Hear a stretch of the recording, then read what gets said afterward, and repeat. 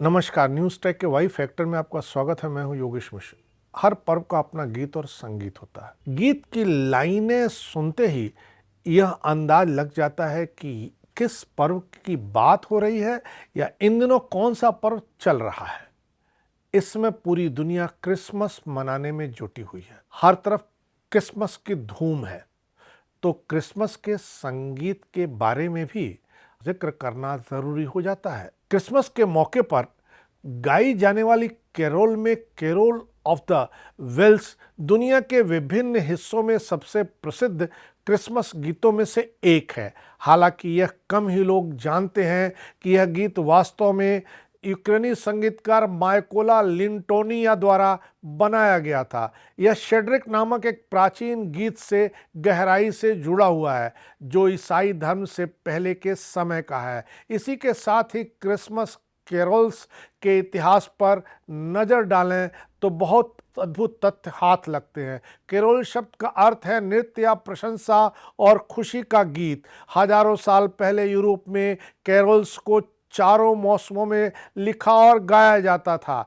लेकिन अब सिर्फ क्रिसमस पे उन्हें गाने की परंपरा ही वास्तव में बची हुई है। मूलतः पगान गैर धार्मिक लोग या वे लोग जो एक से अधिक ईश्वर में विश्वास करते हैं 22 दिसंबर के आसपास शीतकालीन संक्रांति का जश्न मनाने के लिए कैरोल गाते थे, लेकिन बाद में आरंभिक ईसाइयों ने इस प्रथा को अपना लिया।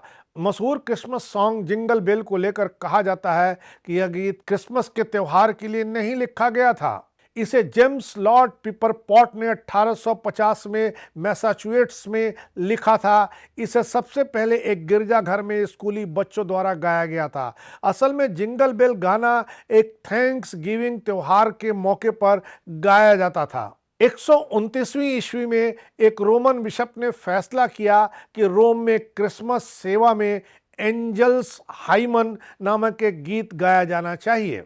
एक और प्रसिद्ध प्रारंभिक क्रिसमस भजन 760 में ग्रीक ऑर्थोडॉक्स चर्च के लिए जेरूसलम के कोमास द्वारा लिखा गया था। इसके तुरंत बाद पूरे यूरोप में कई संगीतकारों ने क्रिसमस कैरोल लिखना शुरू कर दिया। मेरी और यीशु के बारे में सबसे पहला कैरोल 1410 में लिखा गया था। 19वीं सदी तक कैरोल्स का संग्रह और मुद्रण व्यापक रूप से होने लगा था। ऐसा माना जाता है कि 1880 में क्रिसमस कैरोल सेवा का आविष्कार ट्रो में एडवर्ड वाइट बेंसन ने किया था, जो बाद में कैटरबरी के आर्क बिशप बन गए। आज के सर्वाधिक लोकप्रिय कैरोल्स 19वीं शताब्दी यानी 1800 के दशक से आए हैं और उनमें मधुर धुनें, समयबद्ध सामंजस्य और क्रिसमस की भरपूर ध्वनियां आज भी सुनने को मिलती हैं। कैरोलिंग, जिसमें लोगों का एक समूह सार्वजनिक स्थानों पर कैरोल गाने के लिए इकट्ठा होता है, पहली बार 19वीं शताब्दी यानी 1800 के दशक में शुरू हुआ था। वहां से गुजरने वाले लोग खड़े होकर सुनते और मिन्स पाई के साथ गायकों को धन्यवाद देते। व्हाइट क्रिसमस यह प्रसिद्ध गीत घर की याद में प्रेरित था। ऐसा माना जाता है कि इरविंग बर्लिन, जो एक रूसी यहूदी अप्रवासी थे, उन्होंने यह गीत लिखा था, जिसमें केवल 54 शब्द और 67 नोट्स हैं, जब वे अमेरिका के एरिजोना में काम कर रहे थे और अपने परिवार को याद कर रहे थे। व्हाइट क्रिसमस पहली बार द्वितीय विश्व युद्ध के दौरान पर्ल हार्बर पर जापानी हमले के तुरंत बाद रेडियो पर प्रसारित किया गया था। जब इसे अगले क्रिसमस पर विदेशों में प्रदर्शित किया गया तो इसने घर की याद में खोए अमेरिकी सैनिकों को अपने परिवारों की याद दिला दी। गायक बिंग क्रॉस्बी ने 1942 में व्हाइट क्रिसमस का एक संस्करण रिकॉर्ड किया था। यह आज भी दुनिया भर में 100 मिलियन से अधिक बिक्री के साथ सबसे अधिक बिकने वाला संगीत एकल का गिनीज वर्ल्ड रिकॉर्ड रखता है। 12 डेज ऑफ क्रिसमस, इसे भी कैरोल के नाम से जाना जाता है, जिसे आप तब सुनते हैं जब आपको क्रिसमस कैरोल गाने की अनुमति नहीं होती है। 1558 से 1829 तक इंग्लैंड में रोमन कैथोलिकों को खुले तौर पर अपने धर्म को पालन करने का प्रतिबंध था, इसलिए क्रिसमस मनाने की अनुमति भी नहीं थी। उस समय किसी ने इस कैरोल की रचना की थी और प्रत्येक छंद में धार्मिक तत्व के लिए एक कोड शब्द है।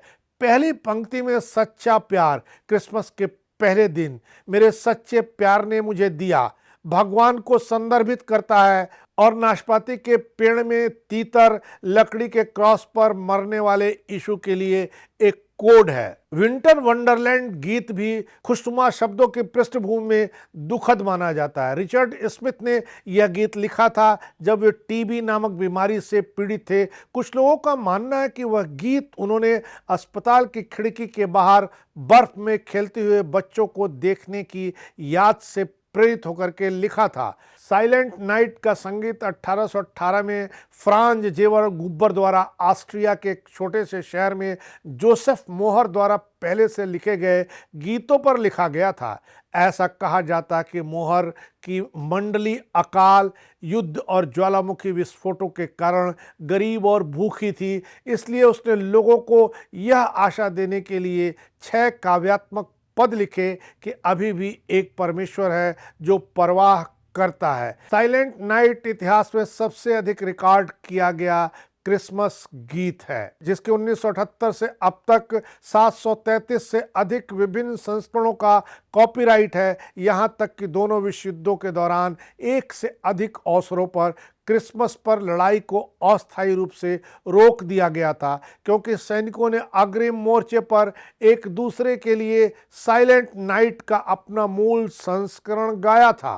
1935 में बिंग क्रॉस्बी द्वारा लिखा गया संस्करण अब तक का चौथा सबसे अधिक बिकने वाला एकल है। जिंगल बेल्स का मूल शीर्षक the one horse open sleigh था। James Lord Pierpont New England में जन्मे एक अमेरिकी संगीतकार, गीतकार और ऑर्गन वादक थे, जिन्होंने 1857 में धुन और गीत लिखे थे। यह वास्तव में अमेरिका के दक्षिण में जॉर्जिया के सवाना में एक थैंक्स गिविंग चर्च कार्यक्रम के लिए लिखा गया था, जहां पिपर पॉन्ट एक ऑर्गेनिस्ट थे। यह गीत इतना लोकप्रिय हुआ कि इसे क्रिसमस के दिन फिर से गाया गया और तब से यह दुनिया के सबसे लोकप्रिय क्रिसमस कैरोल्स में से एक बन गया है। Santa Claus coming in the city, यह भी एक कैरोल है। इस कैरोल के पीछे की कहानी धुन जितनी खुशनुमा नहीं है। गीतकार जेम्स हेवन गिलेस्पी दिवालिया हो चुके थे, बेरोजगार थे और उनके भाई की हाल ही में मृत्यु हो गई थी।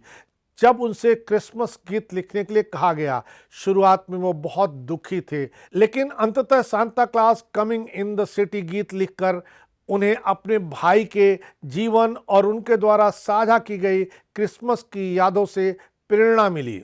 क्रिसमस के गीत यानी कैरोल्स अलग अलग देशों में अलग अलग समय पर अपनी चाहे जो महत्ता रखते हों, लेकिन आज भी जिंगल बेल्स सबसे ऊपर माना जाता है, सबसे लोकप्रिय है और अन्य त्योहारों की तरह कैरोल भी क्रिसमस की याद दिलाता है। इस बार इतना ही। अगली बार फिर मिलेंगे किसी नए सवाल पर नए ढंग से बात करने के लिए।